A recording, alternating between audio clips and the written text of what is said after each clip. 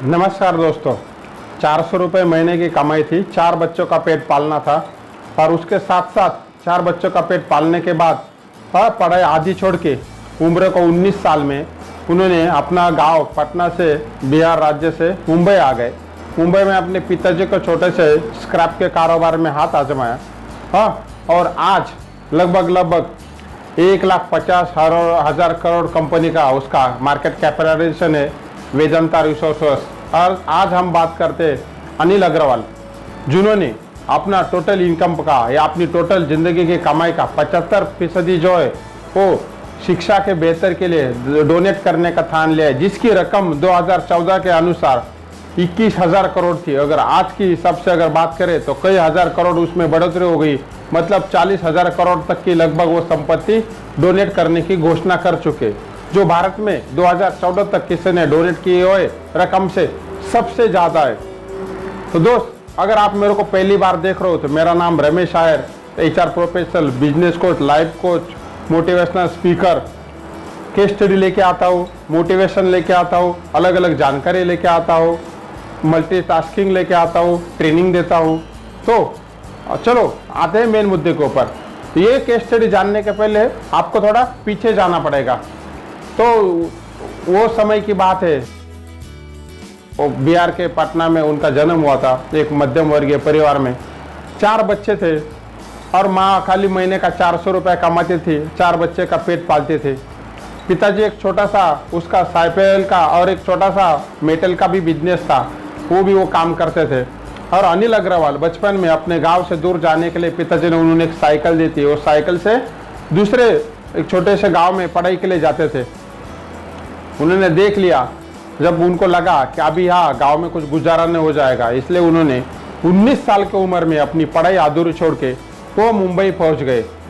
उन्होंने अपने एक प्रोग्राम में कहा था कि जब वो मुंबई आए तो उनके पास था एक टिफिन बॉक्स, एक और कुछ खाने पीने का छोटा सा सामान और सोने के कपड़े, बस इसके अलावा उनके पास कुछ नहीं था।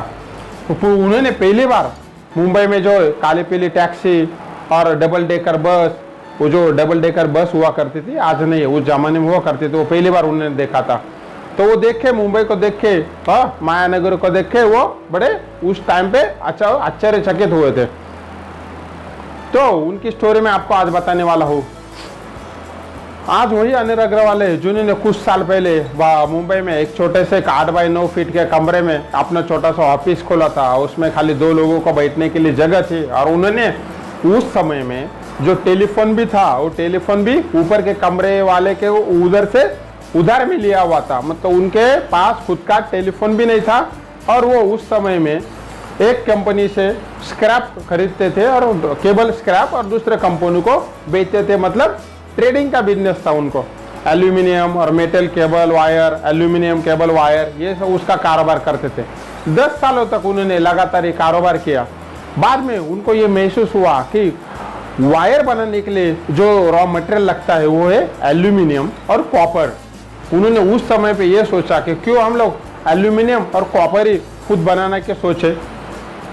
अपने कुछ सहकर्मियों के साथ भी उन्होंने एक छोटी सी कंपनी स्टरलाइट इंडस्ट्रीज की स्थापना की, और उन्होंने उस समय में लोन लिया। लोन लेके स्टरलाइट इंडस्ट्री की स्थापना की और स्टरलाइट में कॉपर और एल्यूमिनियम का मैन्युफैक्चरिंग चालू किया। उनका कारोबार चलता गया। उन्होंने अपने एक सेमिनार में ये बताया कि जब वो मुंबई में आए तो उनकी अंग्रेजी, क्योंकि स्कूल की पढ़ाई पूरी नहीं हुई थी, इसलिए अंग्रेजी भी उनकी कमज़ोर थी। फ्लुएंटली वो अंग्रेजी नहीं बोल पाते थे, तो उनको हमेशा कई मीटिंग्स में जाना होता था तो संकोच होता था। ओपेरा होटल में भी जब उनको जाना था तो उन्होंने खुद ही अपने इंटरव्यू में कहा था कि उनको ये संकोच था कि ओपेरा होटल में जाना मतलब वहाँ पे अंग्रेजी आना जरूर है, यहाँ तक उनके सोच थे। लेकिन उन्होंने बताया कि समय के साथ साथ मुंबई महानगरी में उन्होंने अंग्रेजी को भी डेवलप किया और वो अंग्रेजी के ऊपर भी कमांड हासिल कर दी। उनकी कंपनी बढ़ती गई। उन्होंने एक बार बताया था उनको 50,000 का लोन की जरूरत थी अपने कारोबार के शुरुआती दिनों में। तो उनको सिंडिकेट बैंक के बाहर वो घंटों तक बैठा करते थे और वहाँ खिड़की से देखते थे उस ब्रांच मैनेजर का मूड कैसा है। क्यों? अगर मूड अच्छा रहेगा तो वो लोन का चेक मैनेजर पास कर देगा। उन्होंने ये सोचा था। तो देखो कितना स्ट्रगल किया था उन्होंने। उनके स्ट्रगल की और भी कई वाकये मैं आपको बताता हूँ। तो जब उनकी कंपनी स्टरलाइट इंडस्ट्रीज बढ़ रही थी और भारत में कारोबार का समय उस समय में थोड़ी सी मंदी चल रही थी, तो उन्होंने निराश होकर वो लंदन चले गए। तो लंदन वहाँ थे तो उन्होंने कुछ वहाँ के अखबार में पढ़ा था कि वो उस टाइम के एक काफ़ी बिलियनियर तो ब्रायन गिलबर्ट्स जो लंदन में वो काफ़ी बड़े इन्वेस्टर थे, उन्होंने साउथ अफ्रीका के बड़े इन्वेस्टर थे और लंदन में भी बहुत सारी कंपनी में उन्होंने इन्वेस्ट करके रखा था। और लंदन उस समय में मेटल और धातु बड़ी बड़ी कंपनी का हेडक्वार्टर हुआ करता था।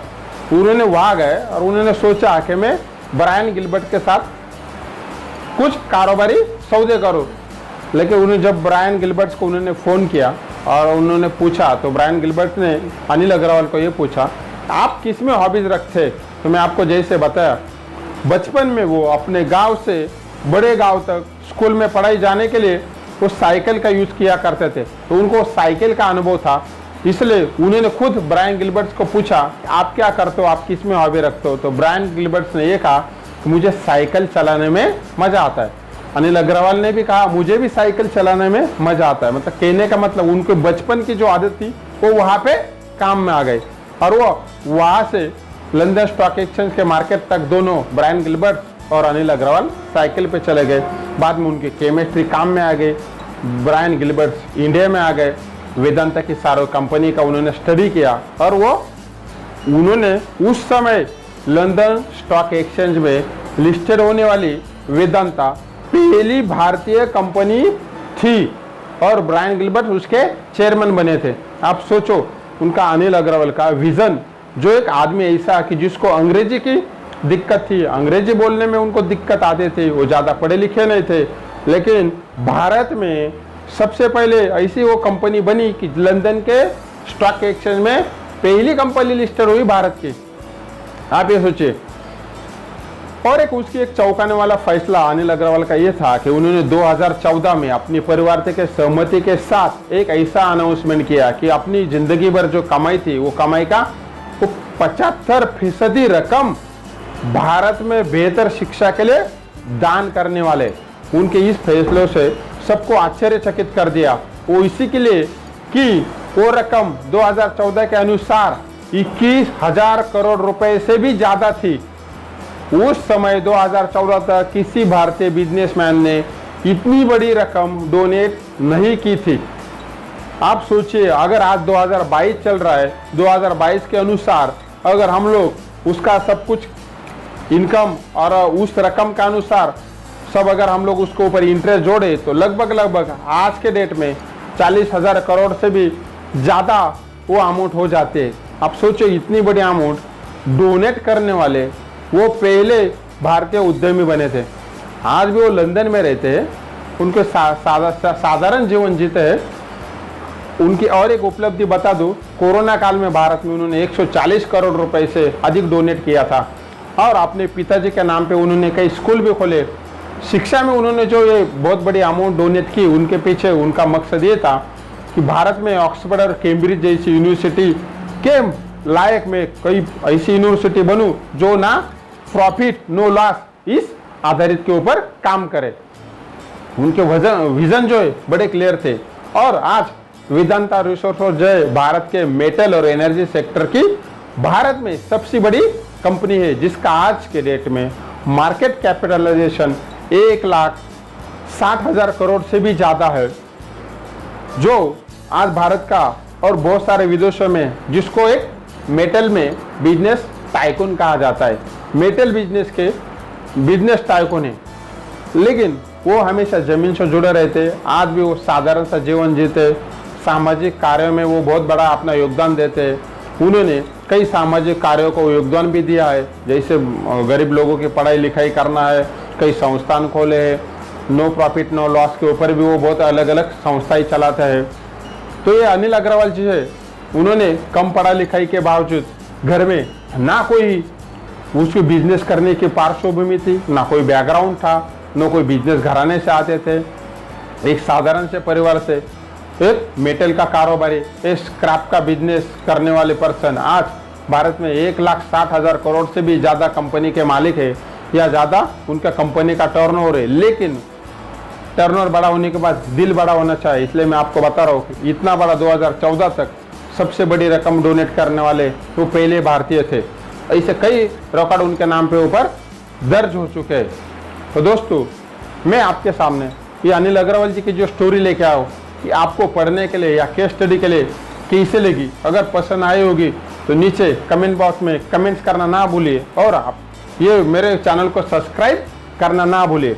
अगर आप मेरे ज़्यादा से ज़्यादा लाइक और शेयर और सब्सक्राइब कर दीजिए तो मुझे भी उत्साह बढ़ता है। मैं इसे कई सारी केस स्टडी, कई सारी मल्टीटास्किंग गोल अचीवमेंट स्टडीज, उसके साथ कई सारे मोटिवेशनल स्पीच आपके लिए लेते आते रहूँगा।